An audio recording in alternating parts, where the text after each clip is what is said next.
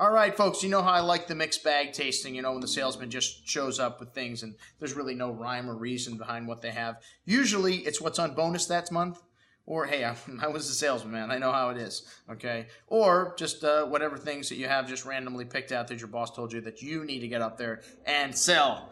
So I'm guessing that's what this was from Matthew from Noble. Noble is a Jess Jackson distributor within a distributor at Premier Beverage.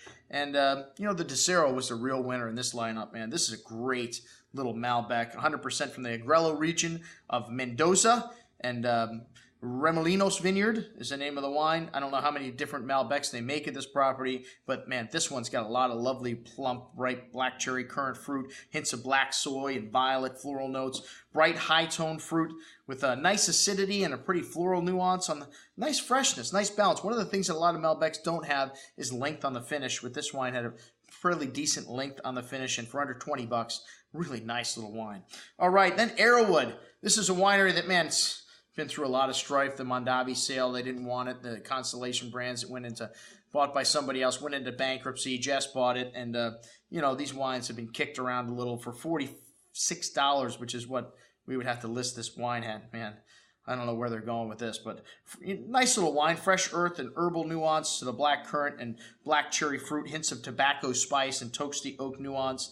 Nice amount of that fruit showing up on the tongue. Really elegantly fashioned Cabernet with good freshness, but little black pepper spice showing up on the finish. And like I said, man, for 46 bucks, there's just so many great values out there today. That's a tough sell. Hey, the Feathers Cabernet, Randy Dunn's and Alan Shoup's joint venture from Washington State. Wow, this is really nice little stuff, man.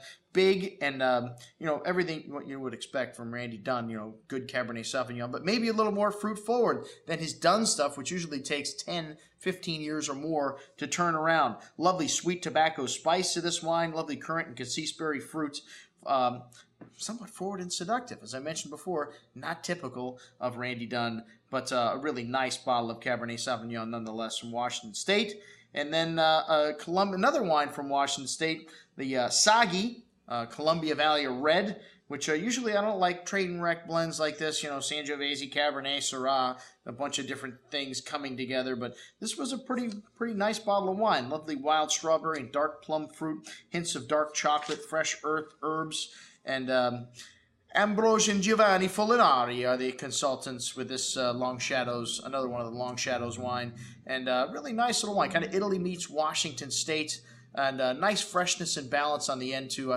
I profess to actually thinking this was a pretty good train wreck style red blend from Washington State. And then the big Mama Jamma, La Jota Cabernet Sauvignon from Howell Mountain. Man, I remember some of those old La Jota wines made by Helen Turley, and then the Japanese bought the vineyard, and I don't know what happened. You didn't hear much about it. And today, since Jess Jackson has taken it over, making some top-level wines once again at La Jota. I remember we showed this wine at our Mountain Cabernet tour back in November, and man, lots of fresh, proud black earth, black spices, very complex, lovely black currant and cassis berry fruit, espresso, bitter chocolate, thick and chewy on the tongue, but still very nicely balanced here. Lovely length on the finish. Most excellent juice. That was the wine of the tasting for me at 50 bucks, man. That wine's as good as any $100 wine coming from Napa today.